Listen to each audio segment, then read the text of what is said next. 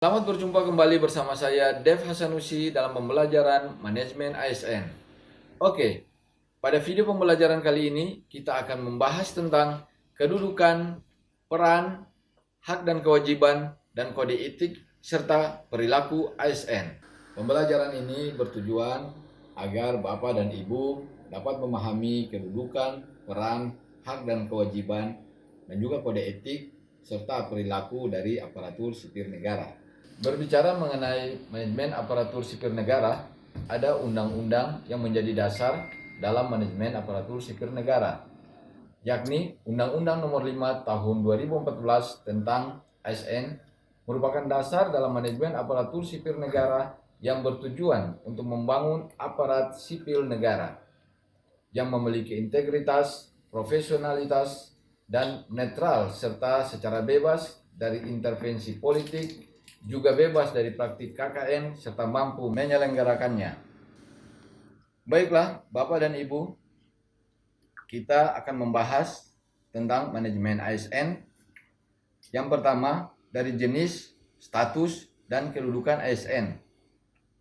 Dari jenis, ASN terdiri dari PNS atau pegawai negeri sipil dan juga P3K, yakni pegawai pemerintah dengan perjanjian kerja.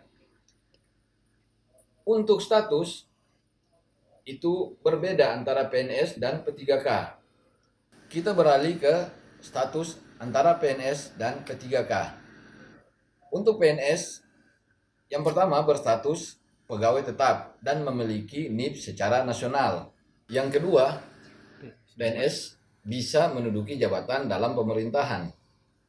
Sedangkan untuk P3K mempunyai status diangkat dengan perjanjian kerja sesuai kebutuhan instansi dan ketentuan undang-undang yang berlaku. Kemudian bisa melaksanakan tugas dalam pemerintahan. Nah, untuk kedudukan dari kedua jenis ASN ini yakni PNS dan P3K itu mempunyai kedudukan yang sama, yakni berkedudukan sebagai unsur aparatur negara, kemudian melaksanakan kebijakan yang ditetapkan oleh pimpinan, dan juga harus bebas dari pengaruh maupun intervensi golongan atau partai manapun. Bapak dan Ibu, setelah tadi kita berbicara tentang jenis, status, dan kedudukan, nah, aparatur sipil negara sendiri mempunyai fungsi, itu ada 3, yakni fungsi pertama sebagai pelaksana kebijakan publik, kemudian fungsi keduanya pelayanan publik, dan fungsi ketiga perekat dan pemersatu bangsa. Fungsi ASN sebagai pelaksana kebijakan publik mempunyai arti bahwa ASN harus dapat melaksanakan kebijakan yang dibuat oleh pejabat pembina kepegawaian sesuai dengan ketentuan peraturan dan perundang-undangan. Dan untuk fungsi pelayanan publik mempunyai arti bahwa ASN haruslah memberikan pelayanan publik yang profesional dan berkualitas. Dan untuk fungsi yang ketiga yaitu sebagai perekat dan pemersatu bangsa, ASN haruslah memberikan contoh kepada masyarakat bahwa ASN mampu mempererat persatuan dan kesatuan negara Republik Indonesia. Bapak dan Ibu, tadi kita telah berbicara tentang fungsi dari aparatur sipil negara. Sekarang kita akan melihat apa saja yang menjadi hak dan kewajiban ASN. Hak dan kewajiban ASN mempunyai makna bahwa suatu kewenangan atau kekuasaan yang diberikan oleh hukum yang meliputi suatu kepentingan yang dilindungi oleh hukum, baik pribadi maupun umum.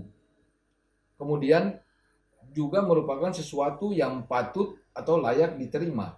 Bapak dan Ibu, di awal tadi kita berbicara tentang jenis dari aparatur sipil negara yang terdiri dari 2, yakni PNS dan juga P3K. Begitupun hak dan pegawai aparatur sipil negara itu juga ada 2. Yang pertama, hak yang dimiliki oleh pegawai negeri sipil dan juga hak yang dimiliki oleh P3K.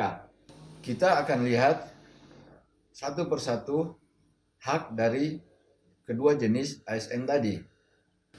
Yang pertama, ada beberapa hak yang dimiliki oleh pegawai negeri sipil. Di antaranya, pegawai negeri sipil berhak mendapatkan gaji, tunjangan, dan fasilitas. Kemudian, pegawai negeri sipil juga berhak mendapatkan cuti, jaminan pensiun, dan jaminan hari tua, dan juga berhak mendapatkan perlindungan dan pengembangan kompetensi. Itulah hak-hak yang dimiliki oleh pegawai negeri sipil. Dan untuk P3K mempunyai hak yang hampir sama dengan pegawai negeri sipil. Hanya perbedaannya pada jaminan pensiun dan juga jaminan hari tua. Untuk P3K tidak mendapatkan jaminan pensiun dan juga jaminan hari tua. Jadi P3K hanya mendapatkan gaji, tunjangan, dan fasilitas. Kemudian P3K juga berhak mendapatkan cuti, perlindungan, dan juga pengembangan kompetensi. Berbicara tentang hak, sudah tentu kita harus juga berbicara tentang kewajiban. Nah, ada beberapa kewajiban yang harus dipenuhi oleh aparatur sipil negara yang diatur dalam Undang-Undang ASN. Yang pertama, aparatur sipil negara haruslah setia dan taat pada Pancasila. Kemudian taat kepada Undang-Undang Dasar Negara Republik Indonesia tahun 1945, taat kepada Negara Kesatuan Republik Indonesia, dan juga taat kepada pemerintahan yang sah. Kemudian yang kedua, ASN haruslah bisa menjaga persatuan dan kesatuan negara atau bangsa. Yang ketiga, ASN haruslah melaksanakan kebijakan yang dirumuskan pejabat pemerintah yang berwenang. Kemudian yang keempat, ASN harus mentaati ketentuan peraturan perundang-undangan. Yang kelima, ASN harus bisa melaksanakan tugas kedinasan dengan penuh pengabdian, kejujuran, dan kesadaran dan tanggung jawab. Kemudian yang keenam, ASN juga dapat menunjukkan integritas dan keteladanan dalam sikap, perilaku, ucapan, dan tindakan kepada setiap orang, baik di dalam maupun di luar kedinasan. Kemudian yang ketujuh, ASN haruslah bisa menyimpan rahasia jabatan dan hanya dapat mengemukakan rahasia jabatan sesuai dengan ketentuan peraturan perundang-undangan. Dan yang terakhir, ASN harus bersedia ditempatkan di seluruh wilayah negara kesatuan Republik Indonesia. Next, sekarang kita akan membahas tentang kode etik dan kode perilaku dari aparatur sipil negara.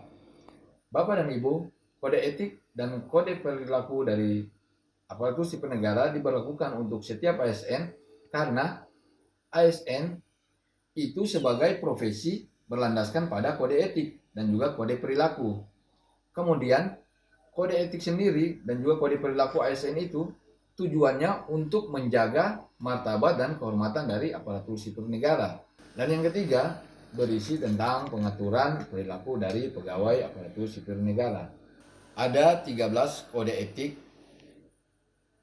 dan kode perilaku untuk aparatur sipil negara. Yang pertama, melaksanakan tugasnya dengan jujur, bertanggung jawab, dan berintegritas tinggi. 2. Melaksanakan tugasnya dengan cermat dan disiplin. 3. Melayani dengan sikap hormat, sopan, dan tanpa tekanan. 4. Melaksanakan tugasnya sesuai dengan ketentuan peraturan perundang-undangan. Yang kelima, melaksanakan tugasnya sesuai dengan perintah atasan atau pejabat yang berwenang sejauh tidak bertentangan dengan ketentuan perundang-undangan atau etika pemerintahan. Yang keenam, menjaga kerahasiaan dan menyangkut kebijakan negara. Yang ketujuh, menggunakan kekayaan dan barang milik negara secara bertanggung jawab, efektif, dan juga efisien. Yang kesembilan, memberikan informasi secara benar. Kemudian yang ke-10, tidak menyesatkan kepada pihak lain yang memerlukan informasi terkait kepentingan kedinasan. Ke-11, tidak menyalahgunakan informasi intern negara, tugas, status, kekuasaan, dan jabatannya untuk mendapat atau mencari keuntungan atau manfaat bagi diri sendiri maupun untuk orang lain. Yang ke-12, memegang teguh nilai dasar aparatur sipil negara dan selalu menjaga reputasi dan integritas dari aparatur sipil negara. Dan yang terakhir, yakni melaksanakan ketentuan peraturan perundang-undangan mengenai disiplin pegawai aparatur sipil negara. Bapak dan Ibu, kode etik dan juga kode perilaku dari aparatur sipil negara itu mempunyai dua fungsi. Yang pertama sebagai pedoman atau panduan birokrasi publik atau aparatur sipil negara dalam menjalankan tugas dan kewenangan agar tindakannya dinilai baik. Dan yang kedua, fungsinya sebagai standar penilaian sifat, perilaku, dan tindakan birokrasi publik atau aparatur sipil negara dalam menjalankan tugas dan kewenangannya. Nah, untuk fungsi pertama sebagai pedoman, seluruh aparatur sipil negara harus mempunyai pedoman dalam menjalankan tugas dan juga kewenangan agar tindakannya tidak keluar dari fungsi dan juga kewajiban dari ASN itu sendiri. Dan untuk fungsi yang kedua yaitu standar penilaian sifat, perilaku dan juga tindakan birokrasi itu mempunyai makna bahwa kode etik dan juga kode perilaku bisa menjadi standar penilaian bagi setiap aparatur sipil negara dalam hal menjalankan tugas dan kewenangannya sebagai aparatur sipil negara. Baiklah Bapak dan Ibu, itulah gambaran tentang kedudukan, peran, hak dan kewajiban dan juga kode etik dan perilaku dari aparatur sipil negara. Terima kasih Bapak Ibu telah bersama saya dalam pembelajaran manajemen ASN. Semoga pembelajaran ini bermanfaat untuk kita semua. Terima kasih. Demikian dari saya. Sampai jumpa.